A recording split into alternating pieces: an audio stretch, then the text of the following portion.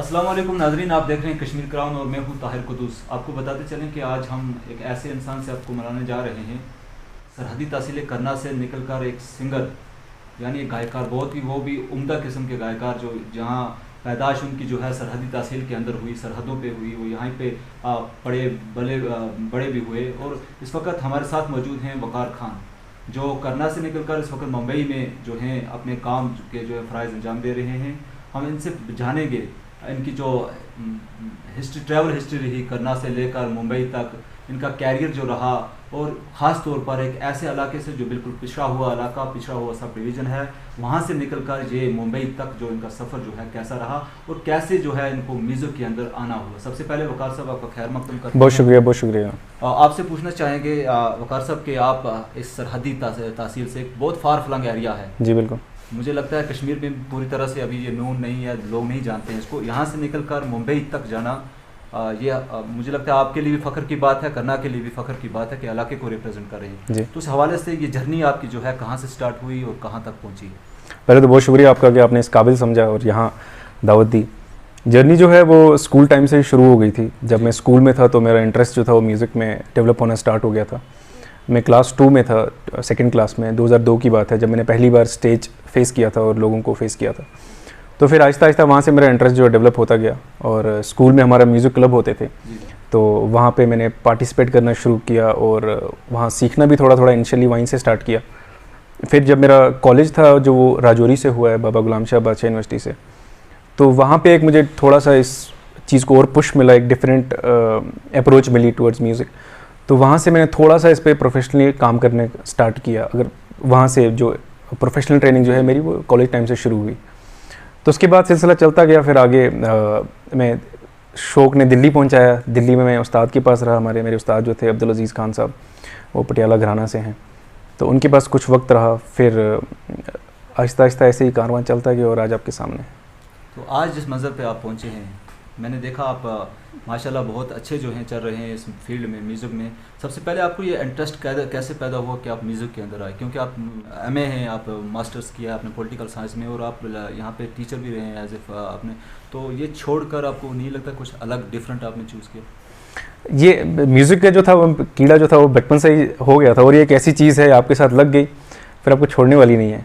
और जैसे आपने बात की, मैं स्कूल में यहाँ करना में कंडी हायर सेकेंडरी में 2 साल काम किया, तो उस दौरान मुझे लगा कि शायद मैं थोड़ा सा इनजस्टिस कर रहा हूँ अपने जो हुनर है जो अल्लाह ने बख्शा है, तो उसलिए मैंने वो जॉब छोड़ी और फिर इसी चीज़ को आगे इस पे काम करना स्टार्ट किया। तो अब होपफुली इंशाल्लाह सब बेहतर होगा और आगे आगे और गाने आएंगे, और जैसा सपोर्ट मिल रहा है, जैसे आपको पसंद आया है, तो आगे भी आएंगे लोगों को। तो वकार साहब, लोगों की एक ख्वाहिश है कि आप कोई एक गाना जो है इस वक्त जो है डेलीगेट कर दें लोगों को। जी, एक पहाड़ी गाना है जो काफ़ी लोगों ने जिसको पसंद किया है, और उसकी वजह से शायद थोड़ा बहुत मेरा अगर नाम है करना में या पहाड़ी पीर पंजाल एरिया में हुआ है, तो वो है तुसी निका निका हंसदे हो। तो वो 1-2 लाइनें पेश कर रहा हूँ। होवे नीला रंग माया, होवे नीला रंग माया, जदों तेरे हथ डोर होवे, उड़ा बन के पतंग माया। कसम खुदा दी चना, खुदा दी चना, मेरे दिल विच बस दे हो, मेरे दिल विच बस दे हो, तुसी निका निका हस दे हो, तुसी निका निका हस दे हो।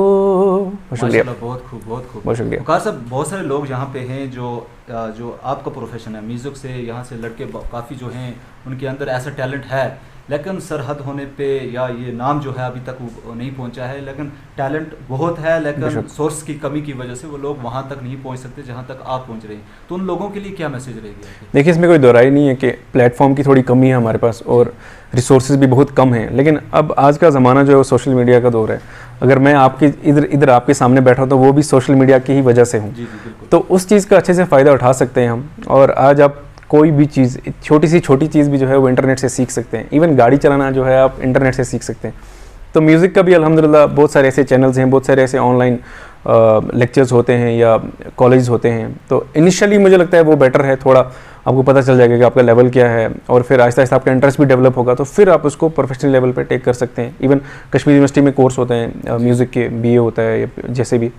तो सोशल मीडिया एक मेरे हिसाब से बहुत अच्छा टूल है अगर आप इसको यूज़ कर सकें। जी वकार साहब, आज आपकी जर्नी जो है प्रेजेंट इस टाइम की बात करें 2020 कहाँ पहुँची है? एक तो कोरोना वायरस चल रहा है, पैंडमिक है, दूसरा लोग घरों में सहमे हुए हैं, तो आप जो है आज क्या कर रहे हैं इस ड्यूरेशन में? कोरोना की वजह से तो खैर सभी हिट हुए हैं, कोई भी सेक्टर हो, तो हमारा काम भी रुका पड़ा है जब से कोरोना हुआ है। और लास्ट मार्च में मुझे याद है 12 मार्च को मैंने परफॉर्म किया था, उसके बाद आज तक नहीं किया, वो सब कोरोना की वजह से। बट होपफुली ये भी एक ख़त्म हो जाएगा, ये भी एक दौर है, इंशाल्लाह इससे भी सब बाहर आएंगे।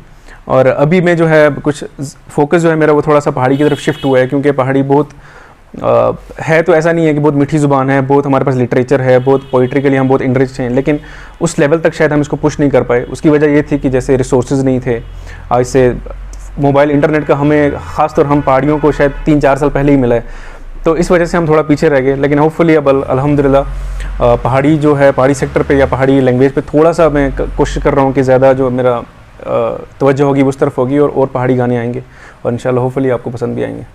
वकार साहब, मैं आपसे ये भी जानना चाहूँगा कि बहुत सारे लोग हैं, जब आपने ये जर्नी स्टार्ट की तो बैक पुलिंग होती है हर प्रोफेशन में, तो आपको किसी ने की थी यो, उसके बाद आप कैसे ग्रो हुए फिर? देखिए ये तो मेरे घर से स्टार्ट हुआ, बैक पुलिंग के जो आप बोल रहे हैं, ये तो घर से स्टार्ट हुआ। मेरी फैमिली ने बिल्कुल सपोर्ट नहीं किया इस चीज़ में, इवन अभी भी वो थोड़ा खट्टापन दिखाते हैं, पर यह है कि आप अगर आपने कोई चीज़ ठान ली, आप उसमें फिर अच्छा करने लगते हैं, तो ऑटोमेटिकली लोग जो हैं वो आपको सपोर्ट करने लगते हैं।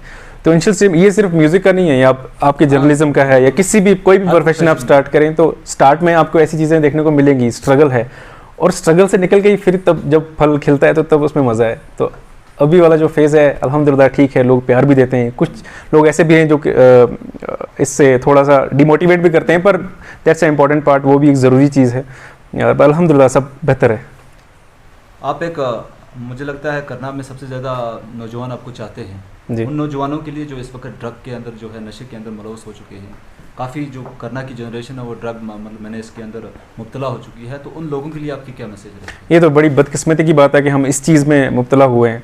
एक ऐसी ज़रखेज़ ज़मीन, यहाँ से शायर निकलने चाहिए थे, यहाँ से बड़े बड़े स्कॉलर निकलने चाहिए थे, अदीब निकलने चाहिए थे, वहाँ से हम नशेड़ी निकाल रहे हैं।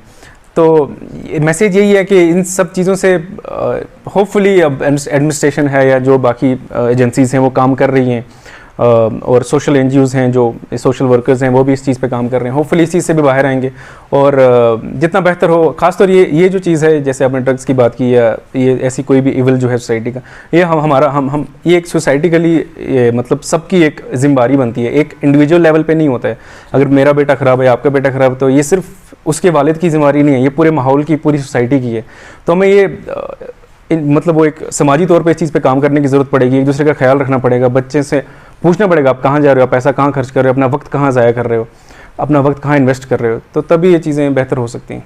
वकार साहब, हम आ रहे थे यहाँ पे, तो लोगों ने एक सवाल पूछने के लिए कहा कि वकार साहब से ये भी पूछी कि इस जो सरहद है, ये करना सब डिवीज़न है, इसकी जो पहचान है वकार साहब ने कहाँ तक बनाई है? कहीं ये प्रमोट कर रहे हैं इस इलाके को, या फिर नहीं, मेरी इतनी औकात नहीं है कि मैं इस जगह को प्रमोट करूंगा। इस जगह का एक अपना नाम है, अपनी एक पहचान है, म्यूजिक के थ्रू, या वो कोशिश है कि हम थोड़ा सा पहाड़ी जो बिल्कुल बिछड़ गए थे, तो उस चीज़ पे थोड़ा सा काम कर रहे हैं होपफुली। और इवन अगर आप यूट्यूब चैनल पे भी देखें तो लोग जो पहाड़ी सुनने वाले नहीं भी हैं, वो फिर भी गाने पसंद करते हैं, इवन धुन नहीं समझ के नाचते हैं, लेकिन पसंद करते हैं। तो ये एक काइंड ऑफ प्रमोशन ही है। अगर आपका दूसरा कोई लैंग्वेज का बंदा आपके पहाड़ी लैंग्वेज को सुन रहा है और उसमें एंजॉय कर रहा है उस चीज़ को, तो एक काइंड ऑफ प्रमोशन है। तो लास्ट पे आपसे यही मैसेज मांगेंगे, वो भी आपके गाने के ज़रिए कोई ऐसी मैसेज दे दो यहाँ के लोगों को जो उनके जो दिलों तक पहुँच सके। जी बिल्कुल, एक कलाम है बुले शाह का, तो वो थोड़ा सा पेश कर रहा हूँ। ना कर बंदिया मेरी हो, ना कर बंदिया ना कर बंदिया मेरी मेरी ना कर बंदिया ना कर बंदिया मेरी मेरी दम दम दा कोई ना वसा कोई ना अल्लाहू दा आवाज़ आवे कुल्ले दे फकीर दे विचों अल्लाहू दा आवाज़ आवे नी कुल्ले ने फकीर दे विचों कुल्ले ने फकीर दे विचों। शुक्रिया बात करने के लिए।